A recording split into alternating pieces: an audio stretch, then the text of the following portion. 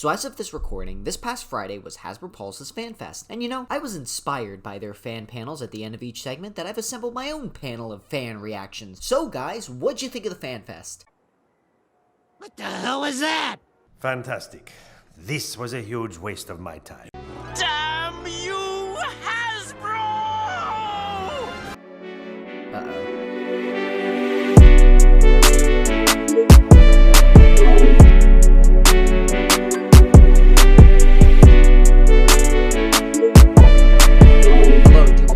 I'm your host Didi, and we have a lot to talk about this episode. Hasbro Pulse FanFest has come and gone, and reactions are mixed at best, and at worst, well, let's just say we're gonna have a lot to get into. But before I get into things, I want to start off by saying that Hasbro has always been really important to me as a company, and deeply so. It's not with glee that I take this time to criticize them, as I actually really enjoy when they succeed. But lately, so much of what they've done has just felt so tone-deaf, corporate, and robotic, I feel it's important to point it out to hopefully course-correct things before things get even worse. And just as we start, I'd like to ask that if you enjoyed this content and would like to see more, I'd ask that you consider subscribing to the channel or liking the video, as it really helps me to determine what content should be made. I'm also happy to announce that a Discord server has just been made, and a link to that will be in the description below. And with that out of the way, let's dive right in. Now, I'm sure if you're watching this, you're probably familiar with a lot of the reveals already, so I don't want to spend too much time talking about each individual product reveal. Instead, I'd like to talk about the general structure of the event and talk about how they revealed product and how Hasbro is really shifting into more of that corporate entity, as I mentioned, which can really put them in danger with the fandoms down the line. So let's start with how this all began. 'Twas the night before, with the Hasbro Pulse Premium Member Party. This was an event that began at 5 p.m. Eastern Time on Thursday, April 8th, and notices were sent out to make sure you would RSVP, as there would be a link distributed to those who signed up for premium membership and signed up for the event. Well, things were already off to a great start, because guess who was able to sign in with no premium account? That's right, I didn't have a premium account. In fact, the email that was sent to me wasn't even linked to a Pulse account in general, and they still emailed me a link to the show, a basic link which was the same for everyone and could easily be spread. I know it was because it was posted in several Discord servers, so if you spent $50 for it already, you already weren't getting anything exclusive. It got worse when you entered the chat only to find that they didn't have any moderators for it. What kind of people open up a chat platform on their own website and not understand the importance of moderators? This of course led to some extremely inappropriate language and username as well as behaviors in the chat, which was still up for a large segment before they eventually just disabled it altogether. What were they thinking?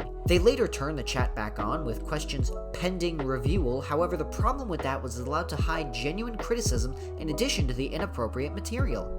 The Premium Member Party, as it was called, only got worse when it was found out to be, well, nothing at all. A clip of a Power Rangers episode, one interview with a G.I. Joe photographer, nothing for Transformers, a reveal of the Star Wars fan vote, and the majority of the focus on the Marvel brand. Now, there were some good things that came from the Marvel portion. There was some talk about the HasLab Sentinel, even showing off the impressive electronic work, as well as a reveal of a Domino and Cannonball 2-pack. But that panel went off the rails when, for some reason, they interviewed a member of the band Black Eyed Peas, and that portion went on for a whopping 30 minutes, more focused than any other brand at the Hasbro Pulse party. Comments on sites were mocking this as, while it may have certainly been a heartfelt story, it didn't necessarily feel like the proper time and place for it. Even looking at some of the expressions of the Marvel Legends team, the body language gives off the image of someone not necessarily sure how to end this. After all, this wasn't exactly a collection of fans for the Black Eyed Peas. It then closed off with a showing of the Cybertronic Spree, a band of individuals dressed as Transformer characters, which I have to ask, what was the point of that when I could just view their content on YouTube? It wasn't exactly exclusive, and as a premium member, it didn't really provide anything new that I couldn't already access on my own. I understand that nowadays everything is virtual, but this can't just be run as if it were an actual convention. The atmosphere isn't the same, and this whole premium event just came off as an excuse to squeeze out some extra memberships, especially since there weren't even any major product reveals or exclusives for sale aside from the aforementioned Domino and Cannonball pack that was just merely mentioned. This is made even worse when they couldn't implement a system for checking premium members, as I mentioned prior, meaning some people were duped into the $50 price tag when they easily could have just accessed the open link. So that was the premium party, but maybe they were holding off for the big event, right? Well, let's take a look at the panel lineup. There was Fortnite, Transformers, Power Rangers, G.I. Joe, Marvel, and finally Star Wars. As mentioned, this will not necessarily be a reaction to the reveals themselves, but rather a general overview of the event. The panel structure was as follows. Brand team members would talk about the products, and Hasbro would cut to a fan panel of people who just seemed like they were reading off an approved corporate script. There was a trivia portion, and finally the corporate approved question and answer section.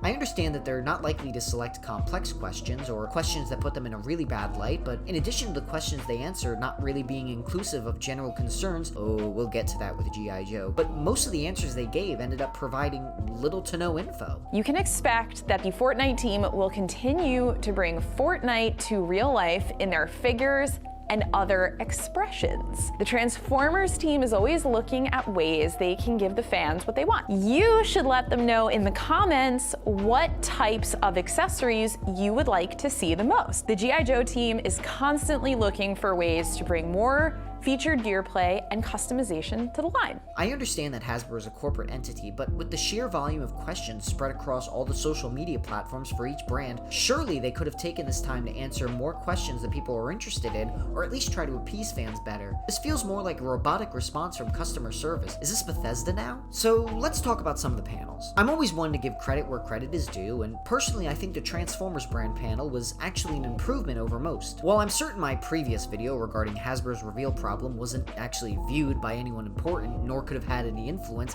it's nice to see some of my suggestions actually took place. The leaks were actually referenced in one comment and not totally ignored, and they admitted that it had been a bit too long since they've had a live stream. In addition, they were actually able to show off products prior to a pre-order period, just what like Marvel Legends does. This is definitely an improvement, and it makes me feel a little better that some teams know what they're doing. But if only the other panels shared such improvements. I've seen some comments for fans of Power Rangers expressing some disappointment that the only reveals were for exclusive figures, and the Fortnite panel didn't even give a reason why the Foundation figure had a crazy asking price of $39.99. The G.I. Joe panel was, personally, one of the worst things I've ever seen, and honestly, after that, I think I'm officially done with the line, and I'd like to encourage other collectors to consider the same. The panel consisted only of content for the upcoming Snake Eyes movies, which makes sense considering the need to promote content for it. But the weird thing is, most of the panel was spent reviewing children's toys. Wait a second.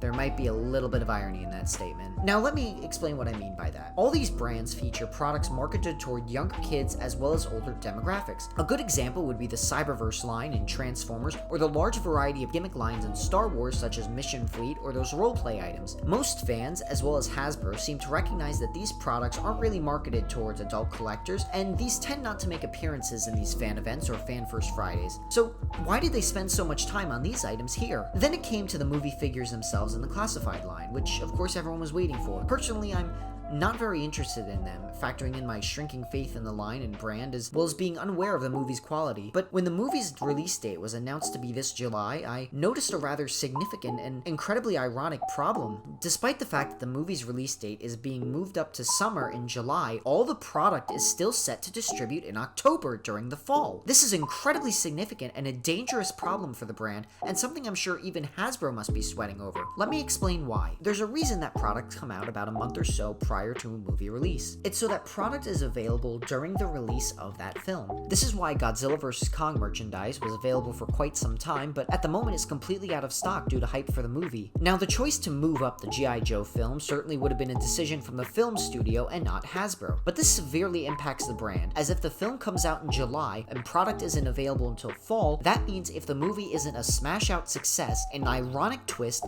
Snake Eyes movie merch will rot on store shelves, and stores won't order additional G.I. Joe merchandise as that will get moved to clearance. What's really unfortunately ironic in this case is that the toy line was delayed due to the film delay, but now that the film is being moved up, the toy line is unable to move with it. And considering the Lady J and Flint wave is only barely trickling out now, and Hasbro Pulse hasn't even shipped Zartan and Cobra infantry figures, this could be a severely significant problem for the brand. And then the worst part of all, the fan questions. If you look at any of the social media pages where they posted they would accept fan questions, the comment section was filled with remarks about the exclusive problem. Granted, there were some individuals who were more toxic than others. Just because some individuals are toxic doesn't mean it's okay to completely ignore the problem. They cherry-picked the most obscure questions and then had the gall to say that if you have any other questions to leave a comment. Really good questions so far. Keep them coming. Do you know what that means? They don't see you as fans. To Hasbro, you're just another number on social media to them, and they're trying to go viral. They just want your money. And I've said before, there's no need for a heartfelt apology written in tears or something ridiculous like that. A simple acknowledgement to the fan base of the problem, or even something as simple as, hey fans, we hear you and more figures are on the way, would go a very long distance in redeeming some support from fans, including myself. But instead, they continue to sweep this problem under the rug and try to sell you even more product and treat you as a consumer demographic. It's that reason that I can't in good conscience continue to support the classified line. Hasbro, you really screwed up on this one. You know, I went to the original HasCon in 2017, where a lot of people made fun of the event. To me, it was one of the most pleasurable and fun con experiences I've ever gone to in my life. And these are actually some of my personal photos from the event. Each of the individuals working at the event was a real Hasbro employee from the offices in Rhode Island, with each brand section stationed off by actual brand team members. This allowed for an incredibly relaxed environment where you could just go off and speak to the marketers and design team members at person-to-person level. And while they still couldn't give confidential info away, it was still so much more personable, and it really made me feel like Hasbro cared about the fans. Not here, and not with Pulse. While all events, of course, have moved to virtual spaces as a result of social distancing measures, the general corporatized structure of this has left me feeling that there's an extreme disconnect between Hasbro and its fans, and with each day, that gap just grows larger. Hasbro Pulse Fan Fest had its moments, but it also had some serious issues. From the premium member party to the minimal fan interaction, Hasbro Pulse has a lot of work to do. Even things like premium member first access to pre-orders is silly, as all that does is drive non-premium members to other websites to pre-order. The system really has a lot of flaws, and to me, this kind of event even shows that where fans come first is just their corporate feel-good motto, rather than something they try to stick to. In the unlikely event that anyone at Hasbro is watching this, you've really done some good things for fans in the past, but the current structure of Pulse and some of the brand connections need some retweaking. If things continue to go this way, Hasbro could very well be seen in a mindset similar to that of Bethesda or another company of that nature, and that's not something I want to see happen. Favorite toy company. I loved you.